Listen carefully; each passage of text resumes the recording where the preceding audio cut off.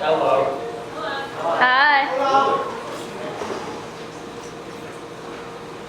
I could describe this in full, but it would take much longer. It would be more of a personal situation, but for some reason it would be really dope in my mind if everyone got up and just kind of came together and hugged. But y'all don't have to. I just, in my mind, want to see that happen more often than it does, and everyone's really spaced out, which slightly irritates me, but I'm not going to talk crap about any of that.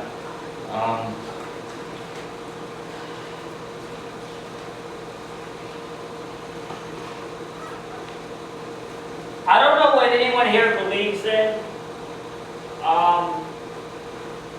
I personally have faith in God and in Jesus Christ as my Savior. Amen.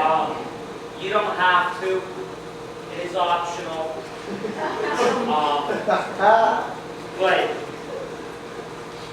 maybe you're here and you have absolutely no faith in a God, let alone Jesus Christ. You have no faith in anything larger than yourself.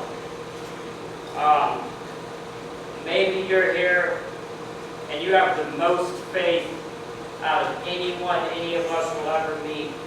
And Paul is flipping out in heaven going, I don't know how he does it.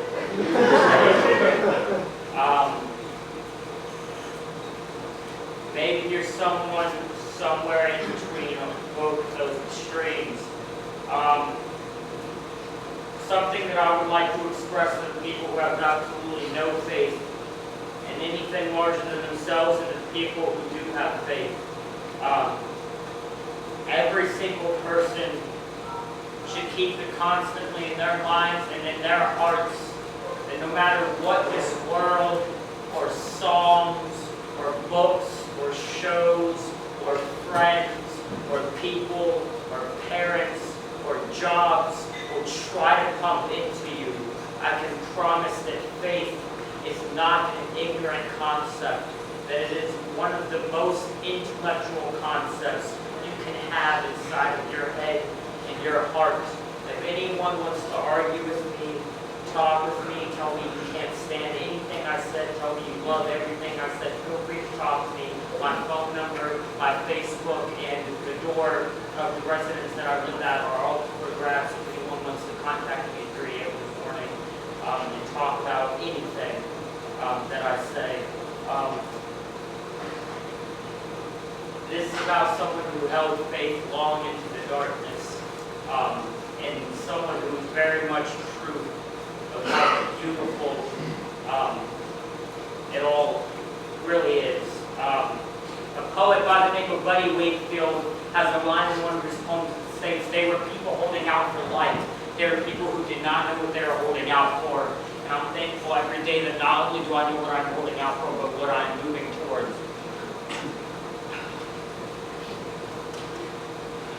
Earth is made up of mostly water.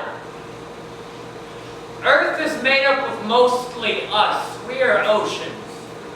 And the way we breathe, like deep sea whale orchestras, when you listen to the crack of bodies clashing, or just hide them in the caverns too deep to see from the surface of our skin. See, we have the power to beat shorelines into submission like gazes and make people take down their sand castles, or at least open the drawbridge. Please don't let it drop. We might break too easily like the sand in between our toes when we walked ourselves to try and find the answers. They say if you hold conch shells in your ears, you can hear us breathing, but if you break boats against us, you can hear us crying, but if you break us, really break us down on the inside, you can watch us sink. Why do you think that they call people with water forcing from their eyes rock bottom? We are forces, but brittle nonetheless, because we are all still children. We get dark sometimes beneath the surface. If you dig deep enough, you won't be able to see the light anymore. People out there know how easily we break